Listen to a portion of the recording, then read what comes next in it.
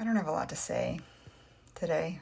I'm very overwhelmed by American politics right now, which is the point. But I saw a video last night that brought me to tears, and I wanted you guys to see it. So this video is actually a bit older. It's from early July when Israeli forces raided Jenin refugee camp in the West Bank and killed 7 Palestinians. The video is of the final moments of one of the resistance fighters. His name was Hammam al-Hashash.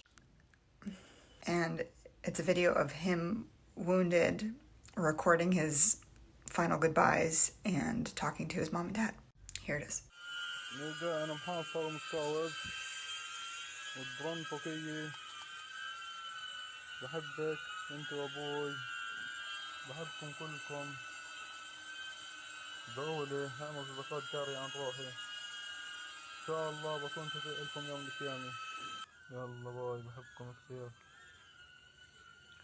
سامحوني أصحابي حبايبي سامحوني. I thought of a lot of things when I saw that video, but the first thing that I thought of was his mom, who he's talking to in this video, because I'm a mom. And as the mom of 2 Palestinian boys who, inshallah, will grow up to be Palestinian men, I can't imagine watching that video. And the next thing I felt was admiration, because there wasn't an ounce of fear in his voice. There was no anger, no sadness. He was just saying goodbye to his mom and his dad and asking them to pray for him, and felt that he was lucky that he was about to become a martyr and that he would testify for his parents on Judgment Day. We all reiterate that Palestinians come in many faiths, but a majority of the Palestinians that you are watching on your phone screens are Muslim. And something that I feel doesn't get spoken about enough is the concept of martyrdom in Islam. In Arabic, martyr is shaheed.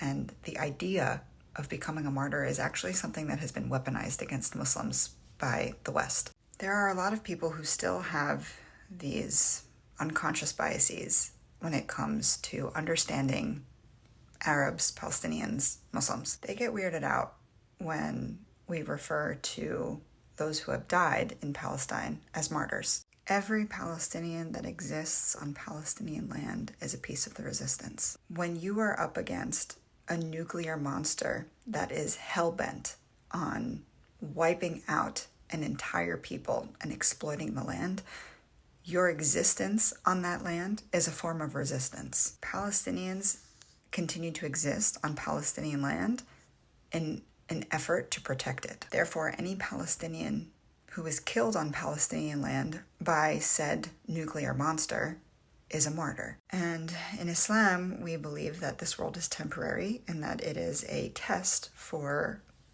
where we end up in the afterlife. Martyrs immediately go to heaven. So going back to the video of the last moments of the Palestinian resistance fighter, Hammam, he talks about testifying for his parents on the Day of Judgment. Because in Islam, we believe that the martyr becomes a witness commanded by God on the Day of Judgment. It is believed to be a way to confirm the truth for God, that these martyrs are granted the status of witness and they speak on behalf of everyone who walked this earth on the Day of Judgment. They will speak up for you and testify on your behalf in moments when you were being tested on this earth. For example, if you are placed in a position where you have the ability to speak up against injustices, like what we're witnessing in Palestine, in the Congo, in Sudan, and in many other places in the world, and you do speak up against these injustices and you take action against it, these witnesses commanded by God in the afterlife will speak up for you.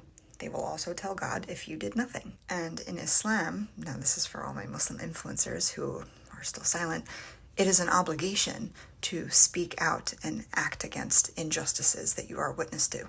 I'm not a very structurally religious person, but the concept of martyrdom in my faith is something that I think is really beautiful, and it makes me really emotional. And seeing this faith displayed for the world to see by this man in Jenin who was about to die, who was very content with his place in this world, who felt very reassured of his place in the next world, was something really incredible to see. And I hope that this will serve as a reminder for those who have glorified the resistance in a way that has almost dehumanized our resistance fighters. Palestinian resistance is a righteous cause, and it's important to remember that these resistance fighters are human beings. They are regular Palestinians who are just trying to survive. They are not doing this for Western philosophy or theology or political movements. They are regular human beings with whole lives. They are parents. They are children of parents. They are siblings. They are people who have been forced to battle an absolute monster of a machine. But they continue to do it because they know that it's a righteous cause. The Palestinian cause is a righteous cause. Please continue to respect them and respect their lives and respect their memories in a way that always centers the fact that they are human beings.